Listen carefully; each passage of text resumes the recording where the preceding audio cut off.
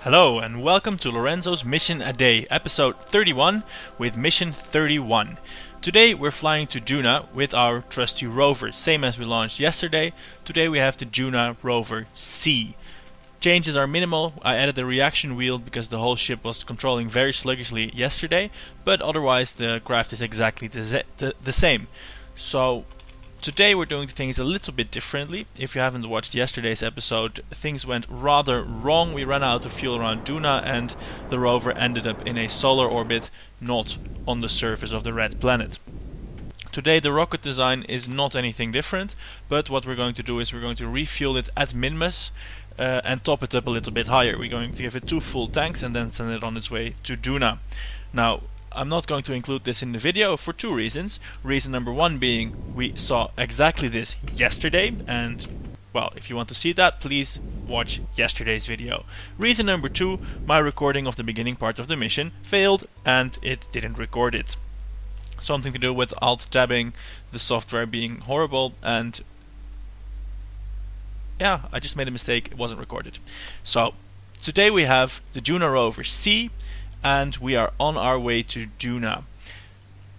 Now, our failure yesterday does carry some consequences. We didn't have enough money to launch the rocket today, so we're borrowing money from the mission controller. We're around 40,000, 36,000 if I recall correctly, in the red, and that will cause us to lose quite a bit on the big payout of the mission. The mission pays 350,000 credits, and we are now going to pay 25% of that to the loan sharks of the mission controller. Additionally, of course, that 36,000 has to be paid back, so we are not quite going to make as much money as yesterday. But that's looking into the future. Let's for now see if and how we make it. So I'm cutting here now to the rover C, getting into the sphere of influence of Duna. Enjoy this mission. Here we are, coming up on Duna, and we see a couple of interesting things. Here is yesterday's rover, or in the Kerbal Space Program universe, last year's rover. It's not quite next to Duna, but it didn't go far in that year. It's in a co-orbit with Duna. It's about the same one and it should be, because as it left its sphere of influence it was just about 50 to 100 meters per second short of obtaining orbit, so it exceeded escape velocity by that amount. So it's not in a much different orbit, and after a year it's very, very close indeed. So we might even go and retrieve that someday, or I think, no, we're not going to retrieve that because we separated it all and it's all gone to shit. So we have our rover C now coming in at a Juna periapsis of 1400 kilometers, something that should be well manageable. And if I'm reading these markers right, we are in fact slated for an Ike periapsis, but as soon as we're in Juna's sphere of influence, I want to get rid of that because, well, we all know what happened yesterday with the Ike encounter, and that wasn't pretty. So reducing the time warp here to cross into that sphere of influence. The plan today is to at least set the trajectory to graze the atmosphere.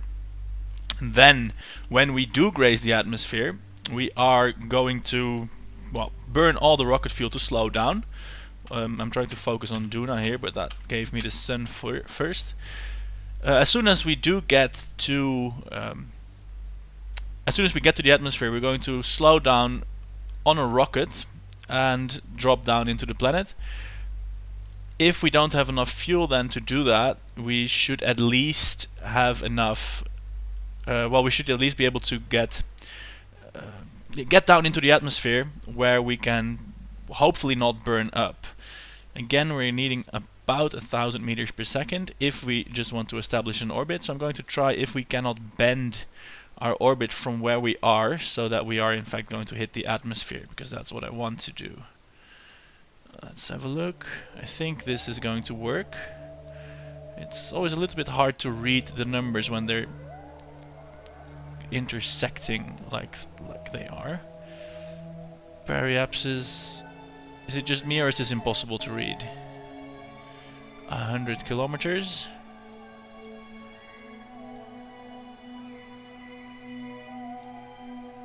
Here now, our periapsis is 47 kilometers.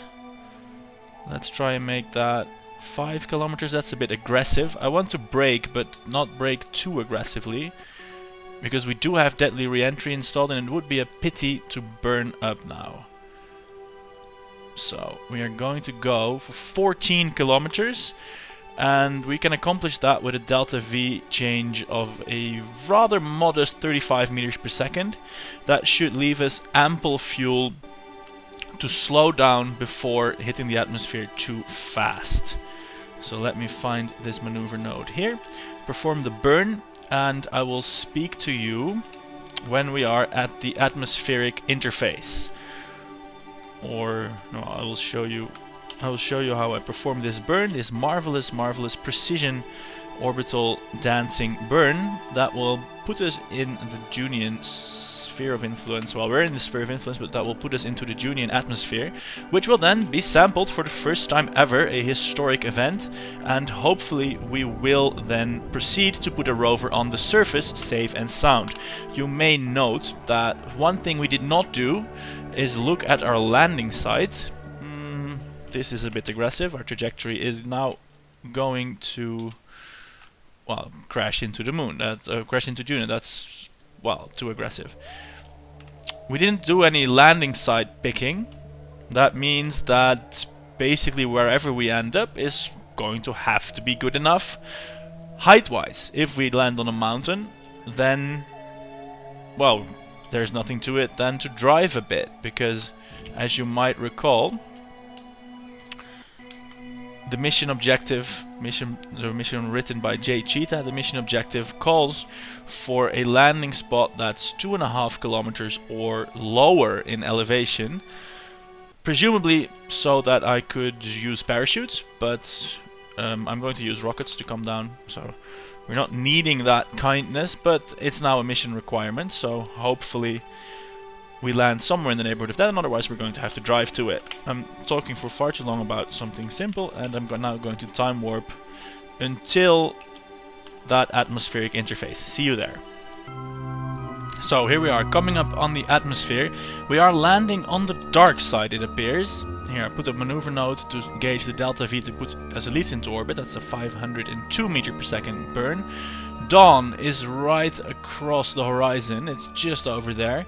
So I raised the periapsis just a little bit to 20 kilometers, and hopefully that means that we will make it to dawn before landing.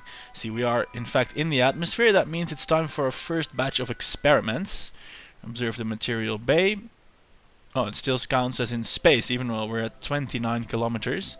I think this is our cue to start burning the rocket before any re-entry heat will start happening. See, we're heating up now. That's because of our rocket exhaust, presumably. And we are now coming up on a capture orbit. We are definitely not leaving Duna anymore. There is the dawn, that's great. I'm going to slow down to a kilometer per second. That's a speed where I'm not afraid of any re-entry heat. This atmosphere is very thin, so at 1 kilometer per second that should be fine. At this way, if we don't do anything, we will be in orbit with a very low periapsis. That's actually pretty great. Look at that pretty sunrise over this alien planet. If we do nothing, we will gently be aerobraking. So this gives us some opportunities to do science from the Junian atmosphere, which I hope... No, this still counts as in space near Duna. So let's see what happens. Are we in fact braking? We are already braking just a slight amount, which is great. We are gently slowing down, very gently. And our backside is heating up a bit. We're at 100 degrees, which is cool in rocketry standards. If we light the engine, which we will do a bit, let's slow down to about 800 meters per second. If we have just burned our engine here, look, we're at 300 degrees already, but that's now cooling. And it looks like we are going to land in a beautiful sunrise on Mars, or of course I mean Juna. This really is a pretty picture. And we're at 18 kilometers now, and I'm still hoping that I get to do some high atmospheric science. Juna's upper atmosphere. Great, you expose the material samples to the environment, taking note of how it behaves. I hope it does behave. Otherwise we have a naughty material bay. Well, here's my phone. I'm going to pause it, and I will be back with you shortly. Right, that's that. Phone call sorted. I work as a representative for holiday people, well, travel representative for people on holiday. So that means I always have to answer the phone, and usually it's something funny like a complaint. The other day there were people that were incensed that the sea wasn't deep enough. So I told them I'd grab a shovel and be right there. No, I did not, but that was an amazing moment for me. The realization that people exist that think they're going to make anything happen by complaining that the sea is not deep enough. As if someone could do something about that. Anyway, on to our Juna landing. We are now in the... Well, it still counts as upper atmosphere, I'm sure, the 12-kilometer regions, and I want to take some gravioli readings. Now let's keep an eye on the overheating. We're at 200 degrees. That should not be a problem. What is a problem now is finding the gravioli reader. Here it is. Log the gravity data. A gravity scan cannot be done right now. Oh. Ooh, what is also a problem is that our craft, encountering the aerodynamic stresses, is starting to tumble. What I should do, of course, is a barometric scan. Let's see where that is. The barometer pressure data, very thin atmosphere, but it is enough to register on the display. And then what about the temperature data? Wow, temperature data while flying at Duna. Great, great, great, great. There's Ike in the sky. And we are now at a confident 10 kilometers, and we're starting to rise again. This is not the idea. I'm going to burn the last of the rocket fuel to slow down so that we may land here. Ah, there, that was in fact the last of the rocket fuel. So this rocket is now useless. Let's detach it. Let's detach it. Bye bye rocket. And I'm going to hope that this will not end up smacking me in the face. And now we should orient ourselves with the heat shield, which we have, into the stream, into the approach vector. This rocket, this rover as it is now, is not very controllable at all. So what I'm going to do is I'm going to deploy the parachutes instead, and pray, hope, keep my fingers crossed that they will be enough to slow down from here. And then we should of course be able to land on our wheels. What we have are these 4 rockets that I can fire like I'm doing now. The intention is, as soon as we're dangling from the parachutes, that those rockets will be able to completely slow our descent.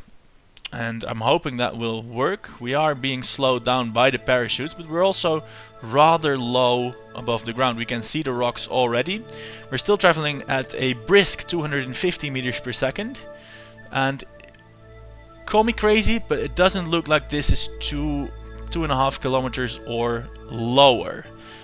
Before we touch down, I'm going to observe the material bay one more time, flying at Duna, and I'm just going to fire these rockets at full throttle to slow down, because we are still coming in very, very hot indeed. We're at 150 meters per second.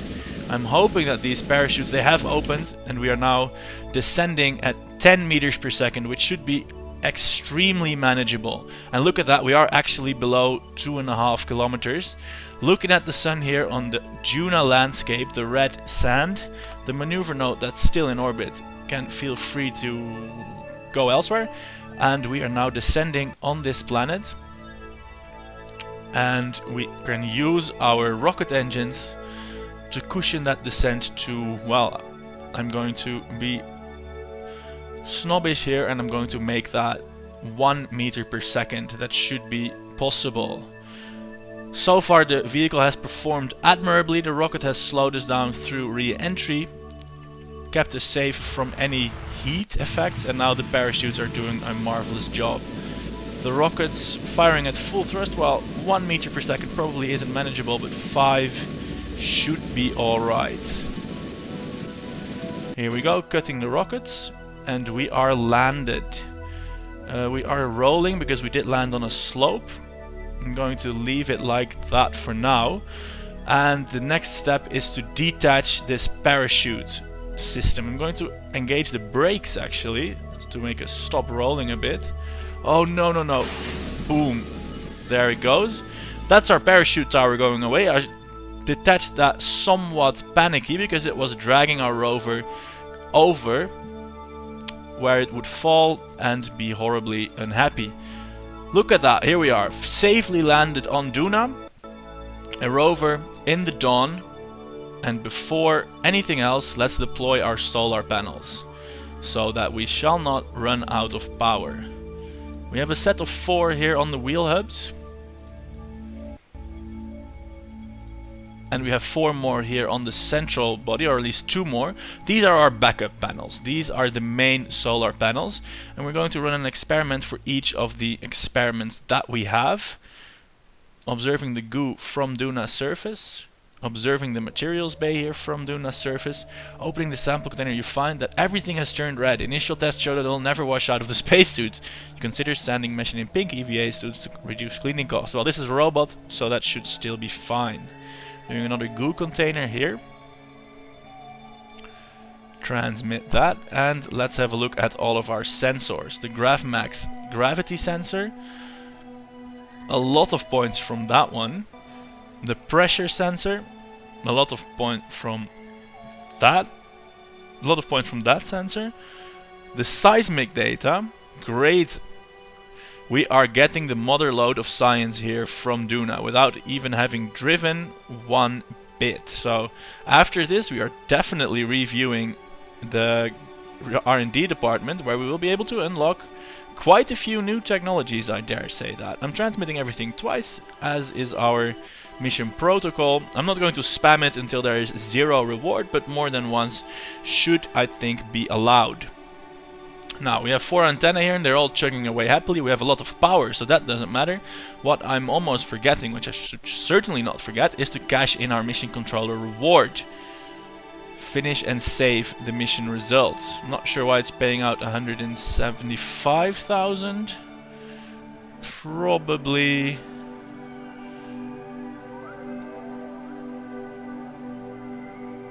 deducted for loans, but it's paying me half instead of 1/3. So that's a stiffer reduction than was anticipated even. But we are in the green again, and our loan sharks have screwed us over, but that's the job of loan sharks, I suppose. So let's try and go for a drive. Turning on our headlights. Lights on. And what we are now going to do is we are going to lock steering on these wheels so that our rover resembles a car, where the rear wheels don't steer, only the front ones do.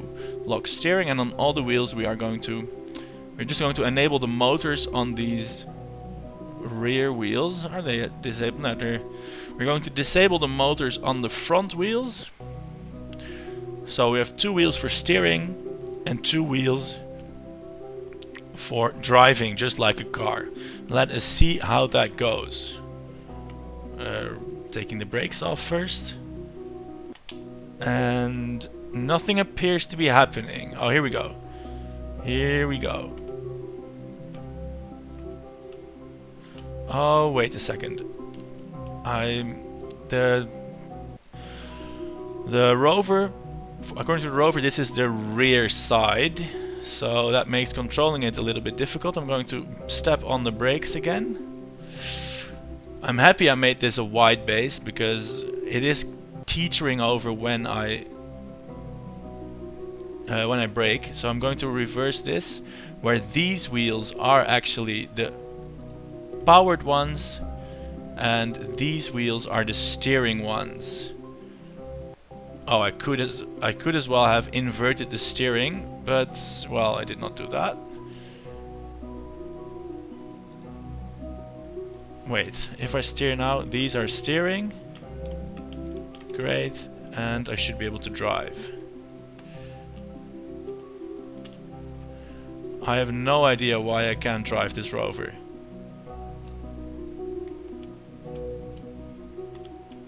I think some of the wheels, some of the motors aren't enabled. Disable the front motor. Disable the front motor. Is this motor active now? I have no idea what's going on. Ah, here we go. Here we are, finally driving somewhat. We are just on a steep slope or something. That's maybe why we can't steer. Or I botched the placement of the wheels. Anyway, we now have rear-facing headlights, which is just fine if you ask me. And well, we're not a hot rod, but we are roving on Duna. So let's park next to a rock like that. Ooh. It's not an off-road vehicle. We are not... Ooh, we're going at 12 meters per second. We're going very fast. Curiosity drives at like 100 yards a day. We are lapping that baby. But then again, this is Duna, and we don't care about our investments. This is just the second rover that lands here. And look at that. Best not hit the rock. That would be rather embarrassing. Let's see if we can brake and pose for a picture. This is a good picture if you ask me. I'm not sure about this rover, if it's actually driving on its own or if I'm controlling it, but we are roving on the surface of Duna, which is great. While I'm driving, let me talk to you about the future. I'm definitely going to continue this series, don't worry about that. I'm enjoying making these videos, exploring the Kerbal system and talking to you about it. But you have noticed the last 2 days there were no videos. Well, one day I was out because I hurt my head while I was diving. Nothing serious, but just spent the whole day in bed sleeping that off. And the next day I had some problems with my internet. These things are regular occurrences. The only special thing about it is that I didn't have a store of videos. It's because I've been rather busy these past weeks, and I don't have a stack of videos pre-made, one ready, so that I have one ready to release every day. Today this one also will be later than the usual deadline of 6 o'clock. It's actually 6 o'clock now while I'm recording this. So what I'm going to do, instead of struggling to give you one video a day, is just announce a 1 week break for me, so to say. So this week there will be no more videos, no more mission a day videos, I should say, because I need some time to get my stockpile up again, and I also need some time to do some different non-computer related things, if you can believe that. I might do a Scrap Heap Madness challenge video. Those have not been made in favor of the mission a day videos, and this week off will give me an opportunity to do that. I'm definitely going to be back, so the first video after this one, mission 32, let's call that season 2, why not, will be published on the next Monday. So let's see, that's Monday the 8th of December. In the meantime, there will probably be some different videos, but not mission a day videos. And then on the 8th, ooh, the rover is crashing now while I'm explaining this. No, it's a stable little mother we made. Look, we actually didn't land in dawn, we landed in the sun, we landed in the evening, caught up with the sun, and now the planet is rotating away from that again, so that's funny. Anyway, next video will be on Monday in a week. Hopefully you will be able to manage without me. And now let's focus back on the mission at hand, which is to do science. I'm going to do one more science round. I'm going to justify that by having driven a bit, which should give us a lot of science. And we're just going to spam the same ones again. And after this, it's back to the Space Center to have a look at our R&D station, where we should find some very happy Kerbal scientists, I should imagine. So I'm going to leave this rover here on these plains of Duna, where we can hopefully make it to the crest of this hill. Sorry about that. And when I wrap this up, I'm going to get myself some nice, delicious Indian food. Anyway, that's not that relevant, is it? So I'm going to park the rover, engaging the brakes. That should slow us right down. And when we are parked for the night, which will last rather long, knowing our Kerbal mission controllers, we can deploy the auxiliary solar panels for extra science. Go on, enable the brakes. Here we are. Extra solar panels enabled. Science has been transmitted. we have a fully functional science rover on Duna. Here it is, ladies and gentlemen. The Duna Rover C, for lack of a better name. Mission controller has been satisfied. We have 140,000 credits now. I think it was a bit mean of it to slash the reward in half for doing it with some borrowed money, but oh well, that's life, that's budgets, and we will see how we cope with that tomorrow. Well, rather than tomorrow, next week on Monday. So before I'm going to leave you, the promised session with the R&D scientists. Here we are. It's always night when we come back to Kerbin. We have 1,339 science points. That is wonderful. Let's see what we can do. We have the cupola module. That could be nice to put on the space station.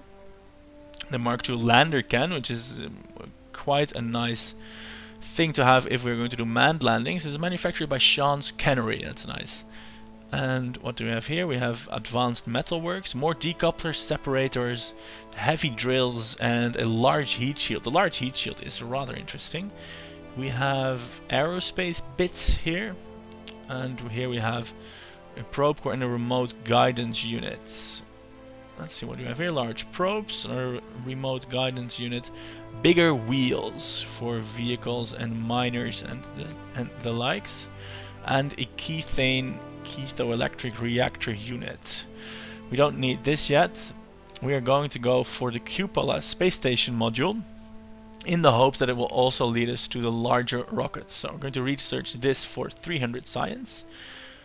And it did unlock this bit. This unlocks the largest engine in the game, the mainsail liquid engine, the largest fuel tank we have, and some big refinery. This is 550 science, and what we have here is the meta materials. An inflatable heat shield is rather interesting. A bi-adapter, quad adapter, tri-adapter, a multi-point connector, clampotron, an inline docking port, that is, or a bigger docking port. Great.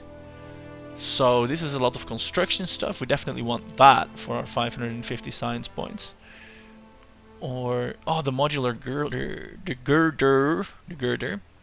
More construction. Again, it is a tough decision. This stuff, more probes, I'm not that enthused about. Bigger wheels can be funky, but we don't need that yet. I'm going to go with the biggest rocket engine. We need that for sure. And then we have 300 points remaining for all these construction bits. No, these are not the cool construction bits, but we have some construction bits here at any rate. So I'm going to research that. And we have now unlocked, to look forward to, a lot of girders and construction stuff. So our next rovers, habitats and the like will probably look amazing. But for now, that is it. The science has been spent. And I get the feeling we are nearing the end of the tree. If we do get to the end of the tree, I'm going to get a plugin, a mod that will add more technology so that there will still be an objective for science. Anyway, today's mission has been going on for long enough. Thanks for watching. I hope you did enjoy it. Remember, if you did watch it, you've just given me 100 credits for next week's episode. And if you haven't subscribed yet, consider doing so. That will give me 1,000 credits, allowing bigger, better and more amazing rockets. Because the mission controller, it's expensive to launch rockets, and the missions, they don't reward that well. And they have crazy loan sharks that keep half your money if you're a little bit in the red. Anyway, once again, thanks for watching. This was Lorenzo. See you next time. Goodbye.